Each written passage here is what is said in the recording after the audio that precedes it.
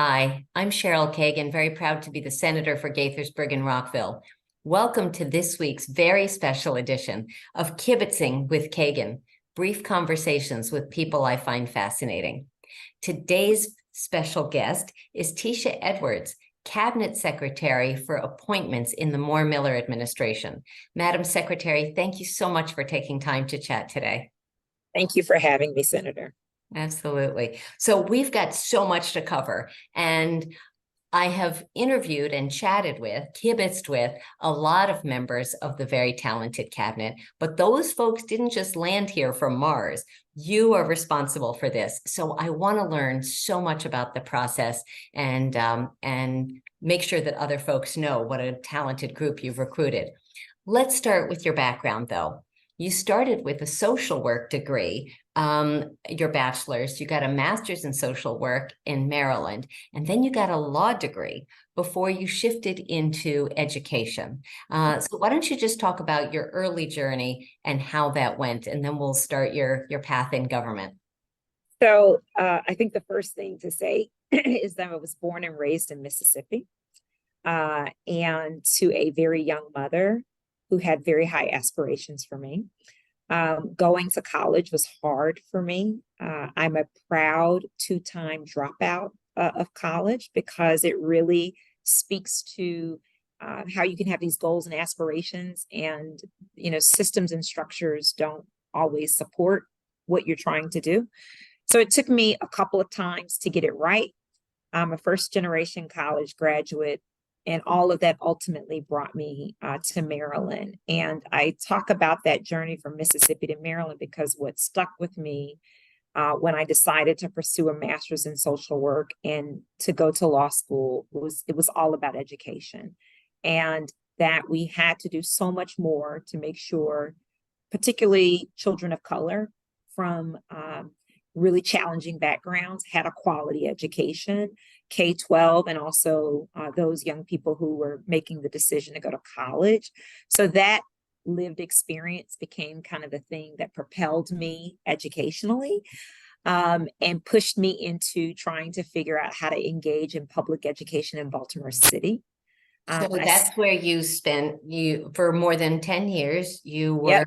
working in Baltimore City schools, first with the Baltimore Freedom Academy, and then as chief of staff and the interim CEO at the Baltimore City Public Schools.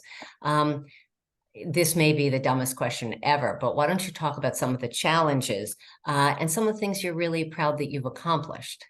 So the biggest challenge, it's a large school district with a high concentration of poverty. And what that means is a lot of Black and brown children who struggle to be ready for school every single day because they don't have housing. They, have issues of food insecurity, lots of unemployment, not lack of access to transportation. So these are kids to show up every day. It's a lot of work. Yeah. And it's a school system that has to meet children where they are, and who not only has the responsibility of educating them to read and write and do arithmetic, but also to help them navigate, solve for some of the other challenges that have nothing to do with school, but everything to do with their success. So that's a hard job. However, I worked for an extraordinary superintendent, Dr. Andreas Alonso, who I love, who felt like anything was possible. That the kids were up for the challenge, that the community was willing and able to partner. We just needed to get the system to expand its kind of perspective about education. We need to up the standards, which I think we did really, really well. I was just going to mention the blueprint. So going forward, the blueprint for Maryland's education, which is a 10-year plan to improve all of Maryland's public schools, regardless of where they're starting or what their specific challenges are. What do you think is going to be the most important aspect of the blueprint for Baltimore City? So for us, I think even before the blueprint, Senator Kagan, we had our 21st Century Schools Initiative, which is a huge investment from the state to support Baltimore's children. So the reason I bring that up is because the state had already signaled its support of Baltimore City's children by making this $1 billion investment in facilities. Hmm. Then came the blueprint, which was another commitment from the state of Maryland, not only to support Baltimore's children, but all of our children across the state. Right. And I think for Baltimore specifically, when you marry that initial investment in better school facilities for young people, and the funding that came with that, with the second extraordinary commitment of funding concentration of poverty, not only for Baltimore City, recognizing this was a statewide issue in rural Maryland or urban Maryland, I think it created a real opportunity for Baltimore to bring those two huge investments forward in a very specific and specialized way for the kids in the city. And so I think our administration was ready for it, our community was ready for it, and just lots of excitement based on the state's commitment to our children. So you pivoted from schools to some of the root causes and working on issues around homelessness, food insecurity, as you said, supporting children and families through two different mayors' administrations. Talk about that. Because what I learned is that our school system needed help, that they were doing I feel like the Baltimore City public school system shows up every day as an entity doing the best it possibly can, but it cannot do this work alone. And so what I learned in education is that we needed to support the community around our schools, and that the school system needed a partner in city government to leverage its unique capabilities to address some of those non-educational issues, if you will. Right. And so my career kind of expanded to working in those areas in support, really, of children and families and the school system. Amazing. So now we have to pivot to the last several years. First, how did you first meet Westmore? In what capacity were you and he connected? So our connection started around his passion, which was getting kids to and through college, with my passion of education. He was starting his company, Bridge EDU, in Baltimore. He, as you know, is all things education and all things opportunity. Yep. And so we had some mutual friends, and they said, there's this woman who cares about kids like you do, has worked in the school system, who knows how to build big initiatives. Why don't you talk to her? And so that is what brought us together over a decade ago. And ever since then, anything he's asked me to do, I've done. So here we are. Here we are. So, so each of the cabinet secretaries that I've chatted with, I've asked about the journey. I think your journey was a lot quicker because others have talked about the interview and then the follow-up interview and then getting the call and all that. Yeah. I assume he just turned to you one day in a meeting and said, I need you, or how did that go? Well, kind of, but not really. I actually had me interview actually for my job. Okay. He felt like it was very important for everyone to go through a process. And it's funny you bring that up, Senator Kagan, because, you meet people and they say, I haven't had an interview in years and everybody knows my work. Why do I need to interview? And the governor, including me, including our chief of staff, said there needed to be a process to ensure alignment. Yes. There needed to be a process to be able to communicate how you saw your leadership, the role that aligned with his vision. And so we all went through something. Yes, mine was a little different, but I think it's also important to know that even though I had worked for him 2 times prior, at one point in the conversation, I said to him, Senator Kagan, you know me better than anybody. What are we doing here? And he said, I think it's important to be able to articulate why you want to be in this role. I think you need to go through a process. Every other secretary went through a process. Yes. So it was a different process, but a process nonetheless, actually. Right. Well, before we get to Governor Westmore or even Governor-elect Westmore, let's talk about candidate Westmore. I love bragging about being the first legislator outside of Baltimore City to have endorsed him when That's he right. 1% in the polls in what became a 12-way primary. And but you can just see extraordinary leadership when you meet him. You were campaign chair. Tell me what that role was about and how that led you to start identifying talent and all that. How did you manage that opportunity? So my official role on the campaign was his chief of staff. Okay. At that time, I was working in city government, and he called me into a meeting and said, "Listen, I want to tighten up the team a little bit." Hmm. We were a year out, and he had moved from kind of doing these kind of one-off conversations across the state where we really needed to have a real strategy. Hmm. Ned Miller was our campaign manager. Yep. And he said the two, I think, Ned knows the political side. Tisha knows how to build programs, knows the operations, and knows him. Yeah. He said, I want to marry those two strengths. And I think that's what we need to take the campaign to the next level and to really get prepared for the hardest part, which was that, last 9 months, Right. the build up, and then it got really, really hard. And he wanted to make sure he had a leadership team in place that could be ready for what we thought was going to be the peak of the campaign. And I took him up on that offer. And it was probably one of the best decisions I've made in my career. Thank goodness. Thank goodness. We are so lucky. Thank you. So you ran the transition team and started identifying talent. So there was originally and persists in being a focus on talent, on diversity, and then there's the volume of appointees. Let's start with the volume. So green bag appointments, traditionally, I think it's 250, 300. I thought we passed the 1,000 mark. Close to it, somewhere, Okay. depending on how you count the numbers, somewhere Okay. between 8 and 900. Okay. But absolutely many, many, many more than any previous administration. I have to take a pause and give a shout out to my colleague, Senator Pam Beidel, who as Yes. chair of the Executive Nominations Committee had to interview and vet, along with staff and colleagues, all of the appointees. He was amazing. Yeah, she did great. So talk about that volume in a compressed period of time.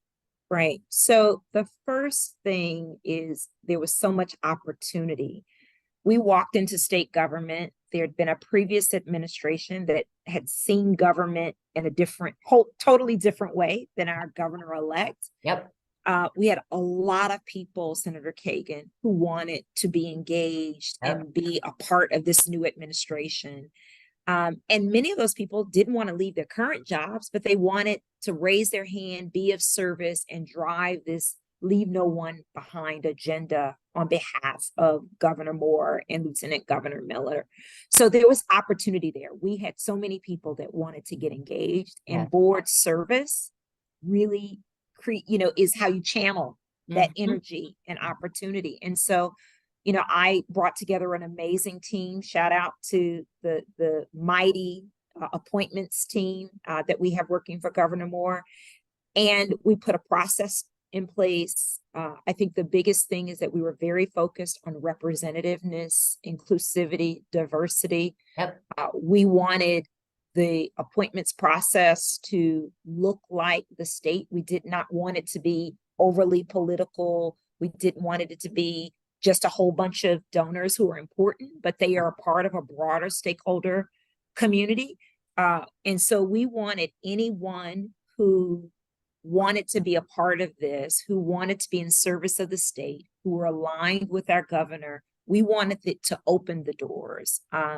And so we needed it to create a process that allowed, the grandmother, 60-year-old, never done board service in, Eastern Shore, and some of our most engaged, politically savvy, super sophisticated experts to also engage. And we wanted them to come through the same door. Yep. And review their applications for this ultimate goal of representativeness. So can you just share with the viewers and stuff, how many boards and commissions are we talking about? Because it's a lot. 600. Yeah, so it's the Board of Cosmetology, it's the Maryland State Arts Council, it's the Maryland State Department of Education. I mean, it's It's everything. There's something everything. for everyone. Right. And you created a portal, and it was clear. I don't care if you're the governor-elect's best friend, you still have to apply and say what you're interested in. And I thought that was super smart and Thank showed you. the thoughtfulness of and fairness of the procedure. You still must have gotten calls from folks like me, I mean, legislators or donors or community leaders who said, I want you to pick my buddy for this commission. How did you manage that volume and all of those calls and emails? So first of all, we did get calls, and that's okay. I think it's great to have advocates for your candidacy, and particularly our senators who are partners. They know they are closer to these communities than I am. Yeah, you know Gaithersburg better than Tisha knows Gaithersburg. So we think that that advocacy and outreach is a good thing. So we didn't shy away from that. The big issue was a process to capture all of that feedback, and that's why that portal was so important, is so that we didn't lose people, so that I could tie, Tisha Edwards to Cheryl Kagan. That is helpful information. It's not, it doesn't exclude you if you don't have, if Cheryl Kagan doesn't know you, but it's helpful to know that Cheryl Kagan knows you, right? And so we thought that bringing that process together and having that portal so that there was fairness, there was transparency. And I think the other great thing is there's a rationale for every single appointment. So if you say there's this great person in Gaithersburg, I could say to you, or Rockville. I just have to say, or Rockville. That's right. And Rockville. Thank you. I could also come back to you and say, this is a board that has zero representation from Garrett County, and your person in Rockville is amazing. Right. But it was important for us to bring Garrett County's voice to the conversation. And so it that fairness that you've talked about, that transparency, is what the portal allowed. And everyone who's advocated has been very respectful of that intent. And I'm really appreciative of that. So let's talk about diversity, because it is historic and extraordinary. So almost half the cabinet, the cabinet is basically 50-50 by gender. Women of color, 28%, about half are people of color. And then everyone has their backgrounds that are so diverse, whether it's linguistic or differing abilities or different professional experiences. So how on earth were you able to accomplish that? So first of all, I just want to thank you for acknowledging and recognizing that in that work that we did. It was really intentional. It was not, the governor set the mandate. I want to have the most diverse and most qualified. I want exceptional people. I want excellence, and I want diversity. And he was clear that you could have all of those things. You just needed to have the intentionality and the willingness to do it. So thank you for recognizing that. The other thing is that so many people wanted to work for this administration and state. Yes. And so it allowed us to really be able to look for the best, the brightest, and the most diverse. So that was really, really important to us. And finally, I think that the governor had been very clear from day one, and I think this is why you support him and I support him, is that this leave no one behind. This was the first kind of manifestation of that call to action. He was very clear that if we were going to do the work in policy, in funding, for leave no one behind, you have to have people who exemplify that, who you could trust that with, and so it was very intentional. And when I think about it, just hear you talk about it, I'm like, man, we did that, right? So, well, I mean, I said this to you already off camera, but I have been so honored to have recorded these kibitzes with many, many members of the cabinet already. And each is just more impressive than the next. And they are all passionate and experienced and thoughtful and loyal. And they're not ego-driven. They want to collaborate and get things done to help Marylanders and to leave no one behind. Just extraordinary. Yeah, I think that's why diversity is good for everybody. Yeah. Right.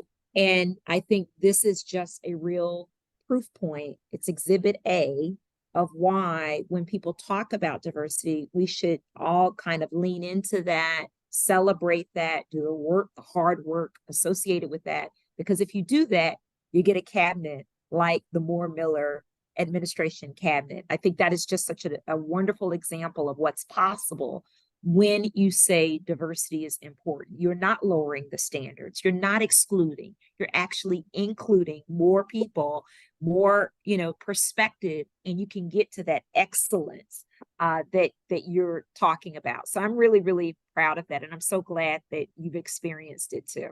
Absolutely. So another thing that I love is the diversity of backgrounds. So you kept on 2 cabinet secretaries from the Hogan administration, my friend Strickland from the Department of Emergency Management, and Carol Beatty, the Secretary of People with Disabilities. But then you imported Secretary McElwain from California, and you brought former mayor of Salisbury, Jake Day, and just everybody, and brought Kevin Addix from the alcohol industry to be Secretary of Ag. I mean, just their backgrounds are extraordinary. How did you put the word out? You said that a lot of people came to you, but certainly you must have done some outreach and targeting.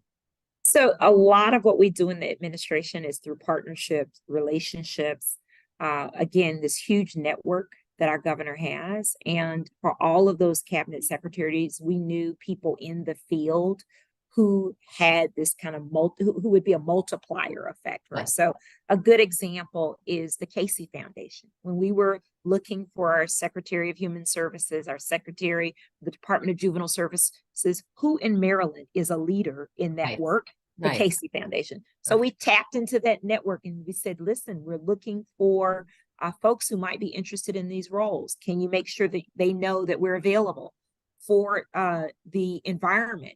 We tapped into the LCV. We tapped into League of Conservation Voters. Thank you. Our partners on the ground who knew this work much better than we did and who had a national view. They provided recommendations. It was just friends, family, stakeholders, partners. The door is open.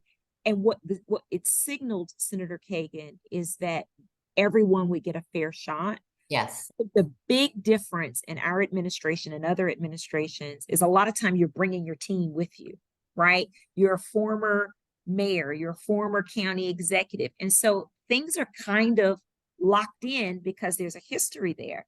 The great thing about Wes Moore is, again, new to the political environment. So that newness created opportunity for us to be super open to folks. And so that was to our benefit. There were some people who said, oh, well, he won't know what he's doing because he's a new guy and has never worked in politics. It was like, no, that means that all options are available and he's not. That's exactly right. Yeah.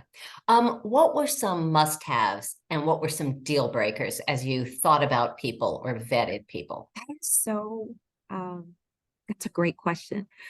You had to have had a track record of doing big things.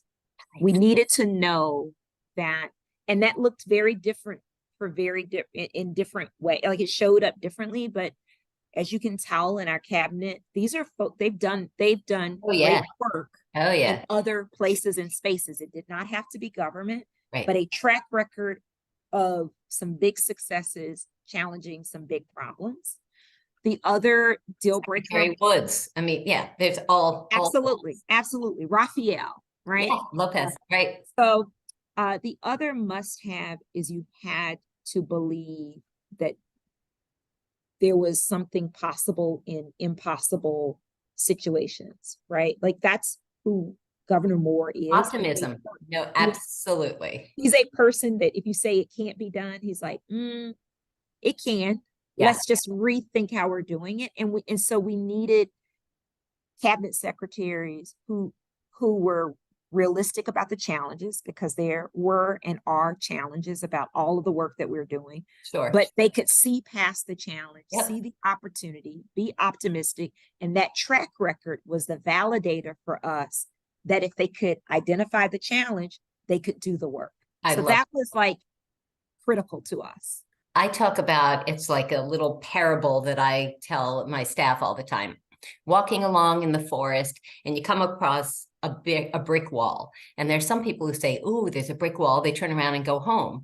And I say, "Oh, there's a brick wall. How can I climb over it, tunnel under it, go around it, and if necessary, blow the damn thing up?"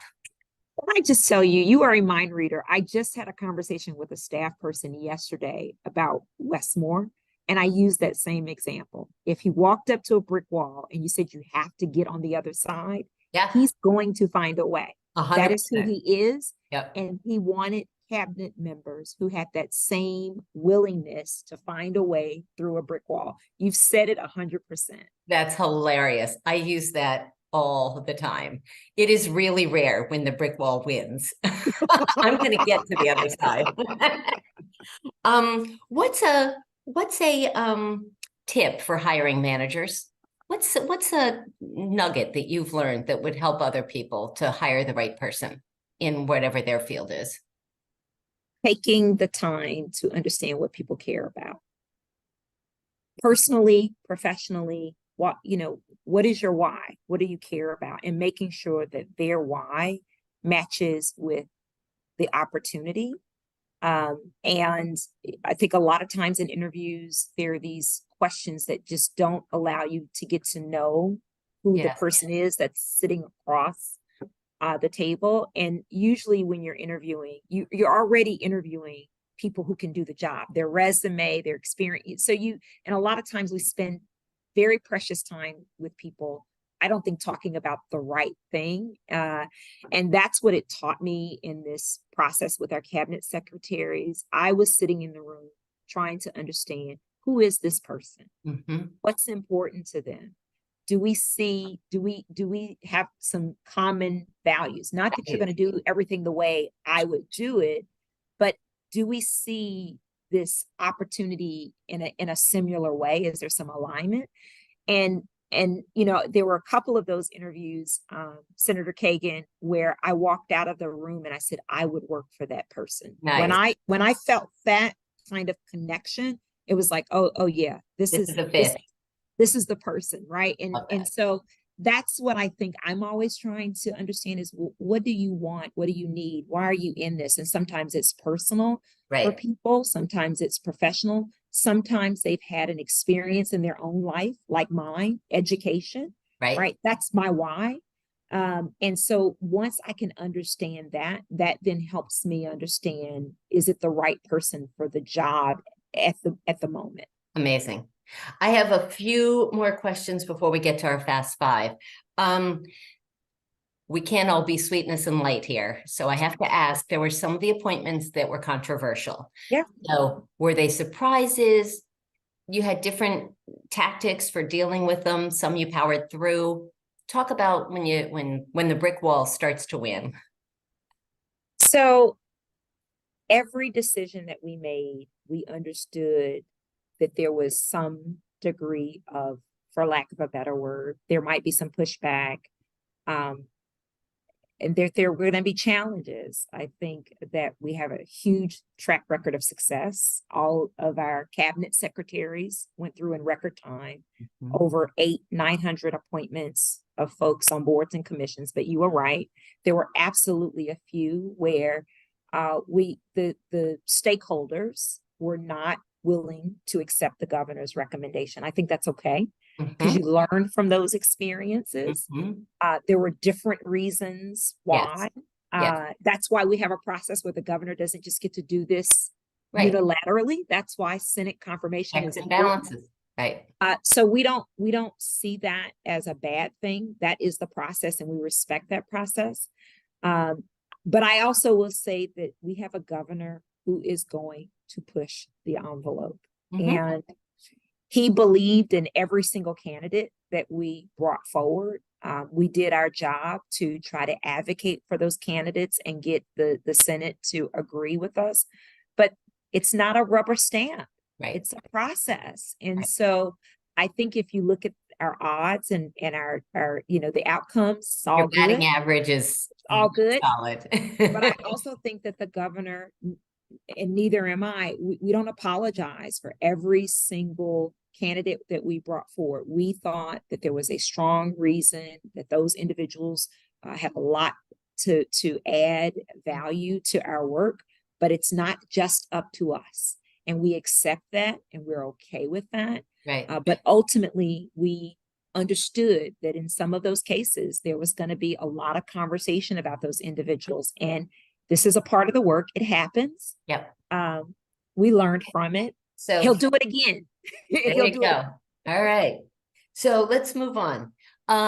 Totally different couple of really quick questions. What did you want to be when you grew up? Because you would never have imagined this job. What did you think you wanted to do? Dance instructor. Cool. Second, if a young person, what advice would you give to a young person who might be interested in public service? Do it. Okay, love that. Okay. And before we get to our past five, I'm wearing bright pink today. You're in front of a pinkish curtain. We're in the middle of Barbie mania. Have you seen the movie? Did you play with any Barbies? And what do you think about the whole phenomenon of talking through the role of this doll in women's lives? So I actually have mixed feelings about it. I am 52. I am admitting that on camera. And Barbie didn't look like me when I was growing up. Right. Okay. When I was growing up. And I appreciate the evolution of Barbie. I appreciate the big message about women and confidence and even leadership and the complexities of women that Barbie symbolizes. Yes. But I also have to be honest that, when I was a little girl playing with Barbie, there was not a dark-skinned Barbie. Sure. So that was not my toy of choice. Right. But I get it. And I'm glad that there's so much excited about it. I do appreciate the evolution of Barbie in the lives of young girls and the broader community. I haven't seen the movie yet. I will be so interested to hear what you think after you see it. If you go see it. I just saw it the other day, and I have to say I was a little dubious, but I loved it. It was okay. Well, I might put it on my list of things to do, just because if you could get there, I'm sure I can too. I got there. It was hilarious. It was feminist. It was really okay. I'm for it. Secretary Tisha Edwards, time for the fast five. 5 quick questions with 5 quick answers. First, and I have to give props to my interns who came up with this first one, which I love. If you could appoint a fictional character, a cartoon character or fictional character to be a cabinet secretary, which one would you choose and why? Wow. I know. Okay, give me a second here. Of course. Character, a fictional character. That's a good one. I have to think. I don't know. All right. Well, let's go to another one, and maybe before the end, if you think. Okay. Cartoon character. You had the opportunity to teach any subject to high school students. Well, which would you choose? Probably African American history. Nice. Question 3. What is your anthem? A song that inspires you, empowers you, lifts you up? Oh my gosh. I love all things Beyonce. So anything she, any of her songs do that for me. Cool. Question 4. You are a high-powered dynamo with personal and professional responsibilities and visible in all of the things. What do you do to relax and get off the grid? I love water. I love the beach. I love any opportunity that allows me to be in the sunshine. So with sunscreen on. Yes. but any time that I can be near water is amazing. Even when it rains, I love water and you know what water does to calm the mind and soothe the soul. So the sound of water, whether it's on a beach, whether it's, you know, hearing raindrops outside, that's my happy place. I love that. That's beautiful. Any fictional character yet? Or should we close out with question number 5? I think I have to say Wonder Woman. I love that. I was thinking that that's what you would say. I have to, yeah, I love Wonder Woman, and I love like Wonder Woman from back in the day. Wonder Woman. So yeah, Wonder Woman. Perfect. All right. And question number 5, the one that I ask all of my guests. Secretary Tisha Edwards, what is your hidden secret superpower? What is a skill or talent you have, something you're really good at that most folks can't do? I don't know if most folks can do it or not, but I think my commitment to excellence and my deep commitment to people, right? And bringing those two things together. I'm always thinking about people in everything that I do, but I'm also just very committed to the way that we do this work is about excellence in our standards, excellence in our engagement. I'm very committed to excellence. Amazing. Amazing.